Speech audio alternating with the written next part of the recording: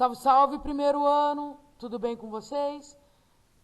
Nossa primeira videoaula de PowerPoint, certo? Então é o primeiro ano de Física, o setor 221, módulo 11, Prof. Elise, ok? Olha só, nesse módulo 11, nós vamos estudar primeiramente sistema de blocos. Um sistema de blocos é um conjunto de dois ou mais blocos que, de algum modo, estão interligados e que serão objetos de estudo. Coloquei uma imagem aqui para a gente analisar o que seria um sistema de blocos. Olha na imagem A, eu tenho dois blocos em contato, então eles estão interligados pelo contato entre eles. Na situação B, eu tenho dois blocos interligados e eles estão interligados por um fio, certo? Ambos os blocos na horizontal. Na situação C, eu também tenho dois blocos interligados por um fio e a diferença é que o bloco A se encontra na horizontal e o bloco B na vertical, ok? Isso aqui só para dar uma ideia das imagens de sistema de blocos. Sistema de blocos nada mais é que uma aplicação da segunda lei de Newton. Para a gente praticar isso aí, eu separei o Aprender Sempre, página 148. Olha o enunciado. Em uma superfície plana, horizontal e perfeitamente lisa, ou seja, sem atrito, estão apoiados dois blocos, o bloco A e o bloco B. Massa do bloco A de 5 kg, massa do bloco B de 7 kg.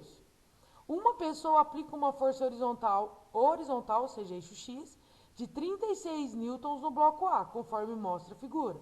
Ou seja, eu aplico uma força de 36 newtons na horizontal sobre o bloco A e automaticamente o bloco A empurra o bloco B. Determine a aceleração de cada bloco.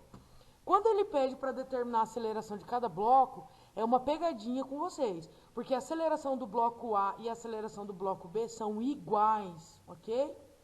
Olha só, como eu resolvo isso aí? Eu aplico a segunda lei de Newton, Fr igual a massa vezes a aceleração. Esse Fr aqui é em relação às forças do eixo do movimento. Como as caixinhas se movimentam no eixo X, a única força que eu tenho no eixo X é essa força F igual a 36 newtons. Então, Fr, 36. Igual a massa. A massa vai ser a soma das massas dos blocos. Eu tenho dois blocos, então 5 mais 7, a massa do bloco A, mais a massa do bloco B, vezes a aceleração.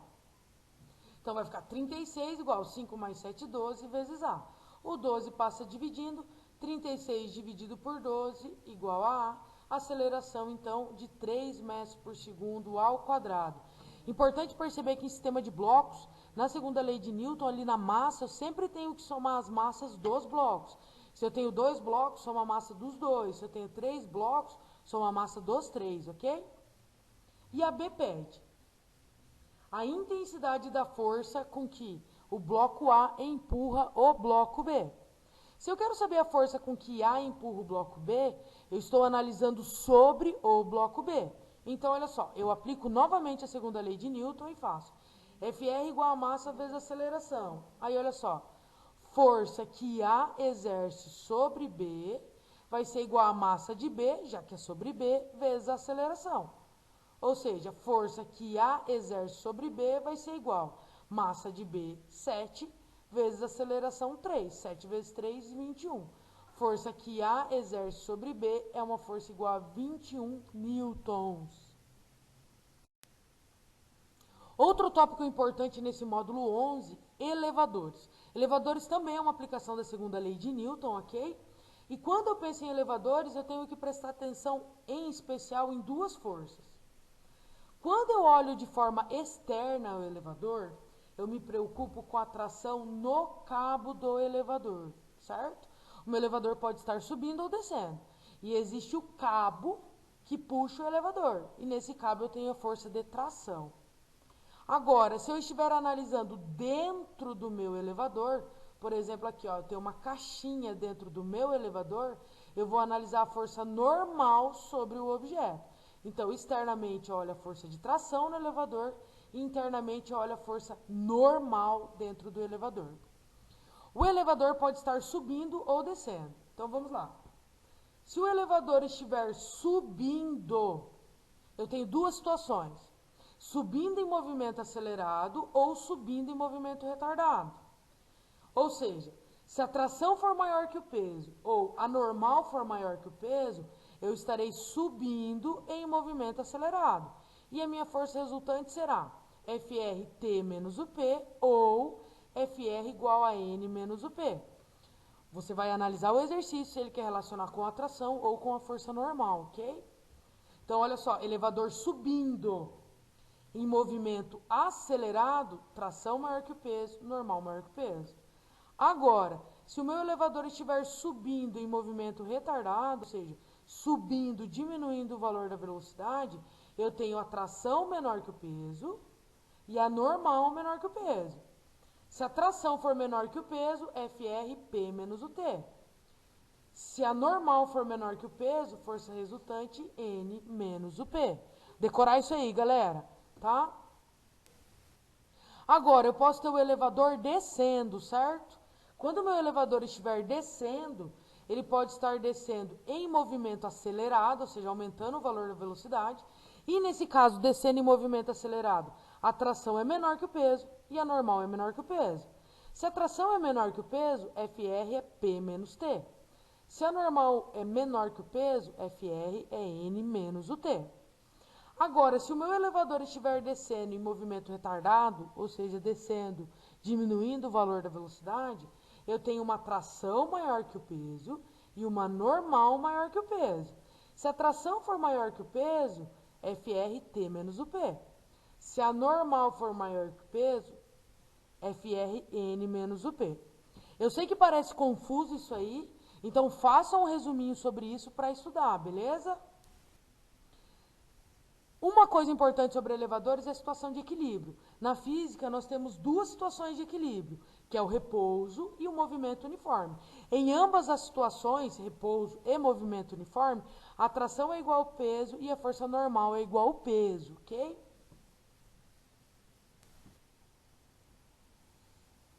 Então, pessoal, para a gente estudar melhor elevadores, eu separei o Aprender Sempre, página 150. Um bloco de massa 20 kg está apoiado numa balança calibrada em Newton, que existe dentro de um elevador. Considere a gravidade como 10 metros por segundo ao quadrado. Com o elevador em movimento, a indicação da balança é de 150 newtons. Primeira coisa, pessoal, o valor indicado na balança não é o valor da força-peso, ok? Sempre que o exercício falar sobre o valor indicado na balança, lembrar que é o valor da força normal, tá? Isso é uma pegadinha. Aí a A pede, explique se o elevador está subindo ou descendo. Para eu conseguir definir o movimento do meu elevador, o primeiro passo é calcular a força-peso. Aí olha só, força-peso, massa vezes a gravidade. Então eu tenho um caixote ali de massa 20 kg, vezes a gravidade que vale 10. Então a força-peso é igual a 200 newtons. Quando eu observo isso, que a força-peso vale 200 newtons, eu consigo fazer o seguinte comparativo, que a força-peso é maior que a força normal. Força-peso tem um valor de 200 newtons, força normal tem um valor de 150 newtons, ou seja, a força-peso é maior que a força normal. Toda vez que a força-peso for maior que a força normal, eu tenho duas situações possíveis. Ou o meu elevador está subindo em movimento retardado, ou descendo em movimento acelerado, ok? A B. Supondo que o elevador esteja descendo, determine sua aceleração. Olha só, vou aplicar novamente segunda lei de Newton e vou para prestar atenção o seguinte. Se o peso é maior que a força normal, eu sei que a minha força resultante é P menos o N. E eu sei também que a força resultante é igual a massa vezes a aceleração. Ou seja, eu posso igualar essas duas equações, colocar P menos o N igual a massa vezes a aceleração. Força-peso eu sei que vale 200, força normal é indicada na balança, vale 150, e a massa do meu bloquinho ali, ó, 20 quilos. 200 menos 150, 50, eu tenho 20 da massa aqui que passa dividindo, dividido por 20, a aceleração do meu elevador é uma aceleração igual a 2,5 metros por segundo ao quadrado, ok? Então é isso, pessoal. Muito obrigado pela atenção. Por favor, refaçam esses exercícios e qualquer dúvida procure a prof. Sempre estou à disposição, tá bom? Um beijo, se cuidem.